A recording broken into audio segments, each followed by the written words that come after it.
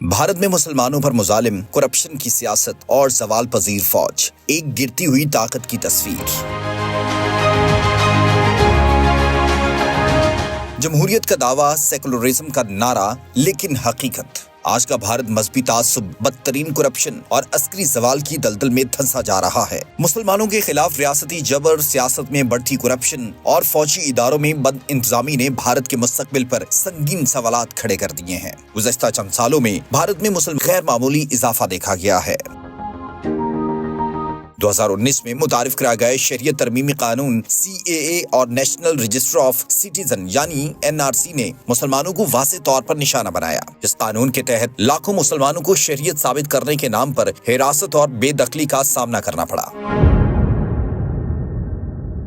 اس کے بعد 2021 میں منظور ہونے والا وقف املاک بل ایک اور وار تھا، جس کے تحت مسلمانوں کی ہزاروں جائیدادیں اور مذہبی مقامات حکومتی تحویل میں لے لیے گئے۔ یہ اقدام مذہبی آزادی پر حملے کے مترادف تھا اور بھارت کے سیکولر دعووں کو مزید بے نقاب کر گیا۔ اتر پردیش، مدھیہ پردیش، گجرات اور دہلی میں مساجد پر حملے، مسلمانوں کے مکانات کی مسماری اور کاروبار کی تباہی روزمرہ کی کہانی بن چکی ہے۔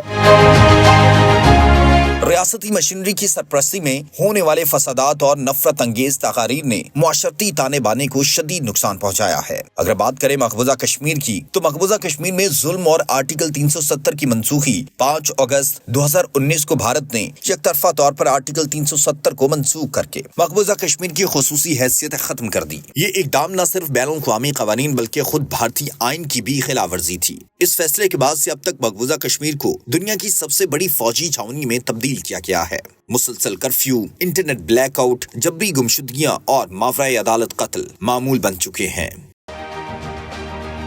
مقبوضہ کشمیر میں ہزاروں نوجوانوں کو جھوٹے مقدمات میں قید کر کے اذیت دی گئی، خواتین اور بچوں پر بھی ظلم روا رکھا گیا اور صحافیوں کو خاموش کر دیا گیا تاکہ سچائی دنیا تک نہ پہنچ سکے۔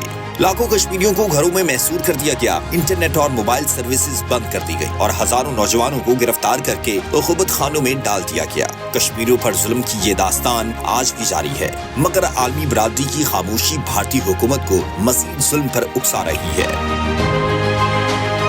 سیاست میں کرپشن اور اقتدار کا گھناؤنا کھیل بھارت کی سیاسی قیادت خصوصاً حکمران جماعت BJP بدترین مالی بدعنوانی میں ملوث پائی گئی ہے۔ رافیل طیارہ اسکینڈل سے لے کر انتخابی بانڈ اسکیم تک ہر معاملے میں شفافیت کا فقدان اور طاقت کے ناجائز استعمال کی داستانیں سامنے آئیں۔ اس کے ساتھ ساتھ مذہبی منافرت کو سیاسی مفادات کے لیے استعمال کیا جا رہا ہے۔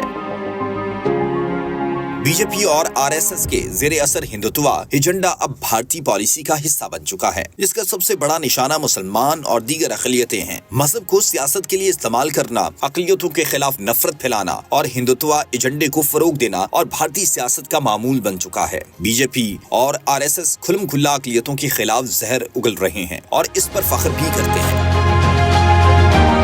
ایک زمانے میں بھارتی فوج کو علاقائی طاقت سمجھا جاتا تھا، مگر آج کا حال دیگر گوں ہے۔ چین کے ساتھ حالیہ سرحدی جھڑپوں میں بھارتی فوج کی پسپائی اور اندرونی رپورٹوں میں فوجی تربیت اور اسلحے کی فراہمی میں شدید خامیوں کی نشاندہی ہوئی ہے۔ جبکہ 27 فروری 2019 کو بھارت نے بالاکوٹ میں ایک ناکام فضائی حملہ کیا، پاکستان نے اسی دن آپریشن کر کے ان کو منہ توڑ جواب دیا، جس میں نہ صرف بھارتی فضائیہ کو پسپا کیا گیا بلکہ ایک بھارتی طیارہ مار گرایا اور اس کے پائلٹ ابھی نندن کو گرفتار کر لیا گیا۔ آپریشن سوئفٹ ریٹارٹ نے دنیا کو یہ پیغام دیا کہ پاکستان اپنی خود مختاری کے دفاع میں کسی بھی جارحیت کا منہ توڑ جواب دینے کی مکمل صلاحیت رکھتا ہے، اور ساتھ ہی ساتھ بھارت کی طرف ایک اور دوستی کا ہاتھ بڑھاتے ہوئے جذبہ خیر سگالی کے تحت اگلے ہی دن بھارتی پائلٹ کو رہا کر دیا گیا۔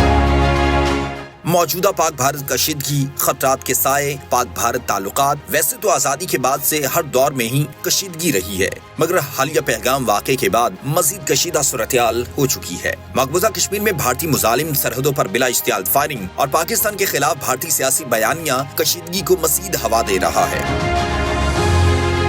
پاکستان نے ہمیشہ امن کا راستہ اپنانے کی کوشش کی ہے، لیکن بھارتی ہٹ دھرمی خطے کو جنگ کے دہانے پر لا کھڑا کرتی ہے۔ بین الاقوامی برادری کی ذمہ داری ہے کہ وہ بھارت کو مجبور کرے کہ وہ اقلیتوں کے حقوق کا احترام کرے اور اپنے ہمسایہ ممالک کے ساتھ پرامن تعلقات قائم کرے۔ بھارت کی موجودہ روش اس کی جمہوریت، معیشت اور ساکھ کے لیے ایک بڑا خطرہ بن چکی ہے۔ ریاستی جبر، مذہبی منافرت، عسکری زوال اور بڑھتی ہوئی کشیدگی یہ سب بتاتے ہیں کہ اگر حالات نہ بدلے تو بھارت کا انجام تباہ کن ہو سکتا ہے۔ امن کا راستہ انصاف اور مساوات سے ہو کر گزرتا ہے، طاقت اور ظلم سے نہیں۔